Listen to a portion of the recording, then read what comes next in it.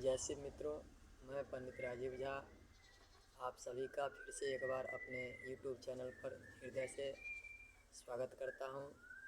मित्रों, आज 7 जनवरी 2024 उस कृष्ण पक्ष की एकादशी तिथि है। आज हम लोग इसी विषय पर बात करेंगे कि एकादशी का जो व्रत है इसका नाम क्या है, इसकी कथा क्या है, इसके बारे में चर्चा करेंगे। तो मित्रों, आज हम इस एकादशी के बारे में चर्चा करते हैं, इसकी कथा श्रवण करेंगे। और आप सभी से विनती है कि यदि आपको ये वीडियो अच्छा लगे तो कृपया मेरे चैनल को सब्सक्राइब करें, लाइक करें, शेयर करें और कमेंट करें। तो आइए हम लोग बिना देर किए हुए इस वीडियो को शुरू करते हैं। उस कृष्ण पक्ष की एकादशी, ये कौन सी एकादशी है, इसका क्या नाम है, इसके करने की क्या विधि है, इसमें किस देवता का पूजन होता है, ये युधिष्ठिर पूछते हैं भगवान विष्णु से कि हे जनार्दन, ये मुझसे विस्तार से कहिए कि ये क्या है। इस पर भगवान श्री कृष्ण कहते हैं कि हे राजेंद्र, आपके स्नेह के कारण मैं इस व्रत की विधि विधान सब आपको कहूँगा। हे राजन, एकादशी के व्रत से मैं जितना प्रसन्न होता हूँ उतना अधिक दक्षिणा वाले यज्ञ से भी मैं प्रसन्न नहीं होता।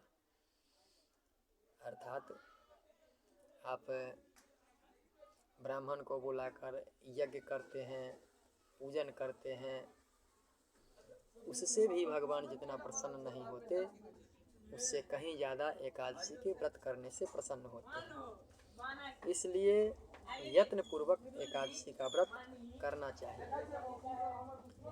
उस कृष्ण में जो द्वादशी युक्त एकादशी होती है उसे हम सफला एकादशी के नाम से जानते हैं। उसका महात्म्य एकाग्रचित्त होकर के सुनिए। जितनी एकादशियाँ होती है यद्यपि उनमें भेद नहीं करना चाहिए, तो भी इस एकादशी की और भी कथा है। अब मैं लोकों के हित के लिए पौष की एकादशी की विधि तुमसे कहूँगा। पौष कृष्ण पक्ष की एकादशी का नाम ही सफला एकादशी है। इसके भगवान नारायण अधिदेव हैं। इसमें विधि पूर्वक उनका पूजन करना चाहिए। हे राजन, पूर्वोक्त विधि से ही मनुष्य को एकादशी का व्रत करना चाहिए। जैसे नागों में श्रेष्ठ शेषनाग शेष नाग है, पक्षियों में गरुड़, यज्ञों में अश्वमेध यज्ञ, नदियों में श्रेष्ठ जैसे गंगा नदी, देवताओं में जैसे विष्णु, मनुष्यों में ब्राह्मण, उसी प्रकार सभी व्रतों में तिथियों में श्रेष्ठ एकादशी तिथि है। वंशों में भरतवंश श्रेष्ठ है।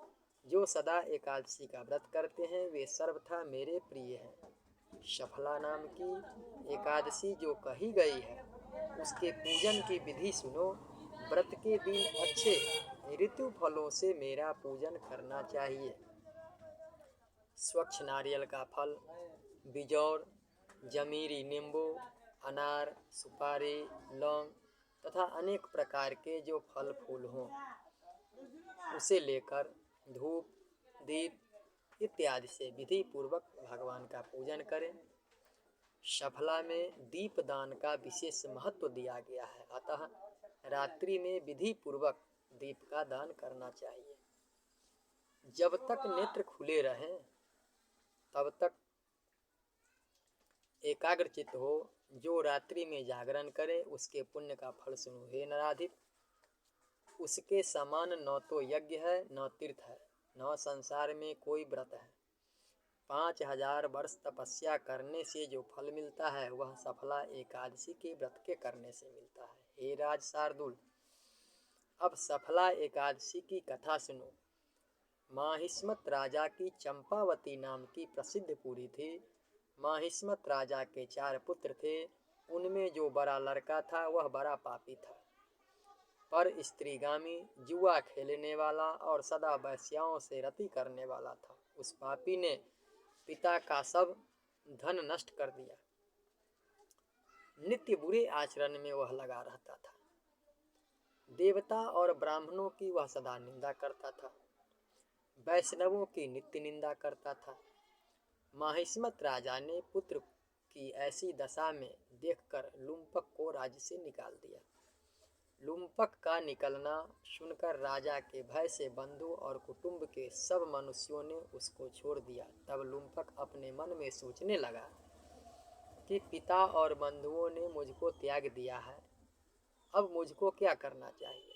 इस प्रकार चिंता करते हुए उसने पाप करने का विचार किया कि मैं पिता की पुरी को छोड़कर वन में जाऊंगा, फिर रात को वन से आकर पिता की पुरी में रहूंगा, दिन में वन में विचरूंगा, रात्रि में फिर पिता के नगर में विचरूंगा। इस प्रकार विचार करके वह मंदभाग्य लुम्पक नगर को छोड़कर सघन वन में चला गया। नित्य वह जीव का हिंसा करता था, नित्य चोरी करता था। इस प्रकार उस पापी ने सब नगर में चोरी की। मनुष्यों ने उसको पकड़ लिया, परंतु माहिष्मत राजा के भय से उसको छोड़ दिया। जन्मांतर के पाप से वह पापी राज्य से भ्रष्ट हो गया। नित्य मांस का भक्षण खाता था, फल खाता था, नित्य मांस का भक्षण करता और फल खाता। उस दुष्ट का आश्रम भगवान को अच्छा लगता था। वहाँ अति प्राचीन बहुत वर्षों का पुराना एक पीपल का पेड़ था। उस वन में लोग उस वृक्ष को देवता की तरह मानते थे। उसी स्थान पर वह पापी लुम्पक रहता था।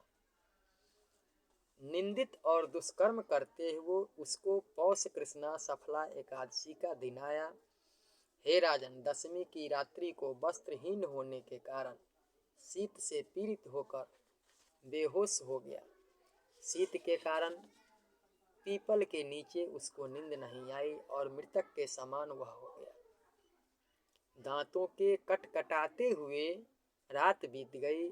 सूर्योदय होने पर भी उसको होश नहीं हुआ। सफला एकादशी के दिन लुम्पक बेहोश पड़ा रहा। जब मध्याह्न हुआ तब उसको होश आया। चैतन्य होने पर थोड़ी देर पीछे वह अपने आसन से उठा। वह पग पग पर गिरता पड़ता लंगड़े की तरह चलने लगा। वह भूख प्यास से पीड़ित होकर वन में गया। उस दुष्ट लुम्पक को जीव हिंसा की शक्ति ही नहीं रही।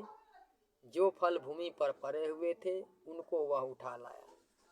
जब तक वह आधा सूर्य अस्त हो गया, हे तात, अब क्या होगा, ऐसा कहकर दुखी होकर वह विलाप करने लगा। वे सब फल पेड़ के नीचे रख दिए। वह लुम्पक बोला, इन फलों से भगवान हरि मेरे ऊपर प्रसन्न हो।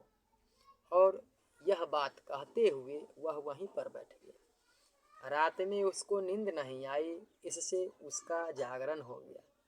मधुसूदन भगवान ने उन फलों का पूजन और सफला एकादशी का व्रत स्वीकार कर लिया। इस प्रकार लुम्पक ने अकस्मात सफला एकादशी का व्रत कर लिया। इस व्रत के प्रभाव से उसको निष्कंटक राज्य मिल गया। हे राजन, पुण्य का अंकुर उदय होने से लुम्पक को जैसे मिला सो सुनो। सूर्य के उदय होने पर एक दिव्य घोड़ा आया। दिव्य वस्तुओं से युक्त वह घोड़ा लुम्पक के पास आकर खड़ा हो गया। उसी समय आकाशवाणी हुई कि हे राजा के पुत्र वासुदेव, की कृपा से और सफला के प्रभाव से अपने निष्कंटक राज्य को ग्रहण करो। पिता के पास जाकर निष्कंटक राज्य का उपभोग करो। बहुत अच्छा कहकर लुम्पक स्वीकार कर लिया और वह दिव्य रूप हो गया। कृष्ण भगवान में उसकी परम भक्ति हो गई। सुंदर आभूषणों को धारण करके पिता को नमस्कार करके घर में रहने लगा। उस वैष्णव पुत्र को पिता ने निष्कंटक राज्य दे दिया। उसने बहुत वर्षों तक राज्य किया। एकादशी के दिन वह भगवान की भक्ति में लीन रहने लगा। भगवान की कृपा से सुंदर स्त्रियां आई और सुंदर पुत्र हुए। फिर वृद्धावस्था प्राप्त होने पर पुत्र को राजगद्दी देकर मन को स्थिर करके विष्णु के भक्ति में तत्पर होकर वह वन को चला गया। अपनी आत्मा को वश में करके कृष्ण के समीप वैकुंठ लोक को चला गया, जहाँ जाने से चिंता नहीं रहती।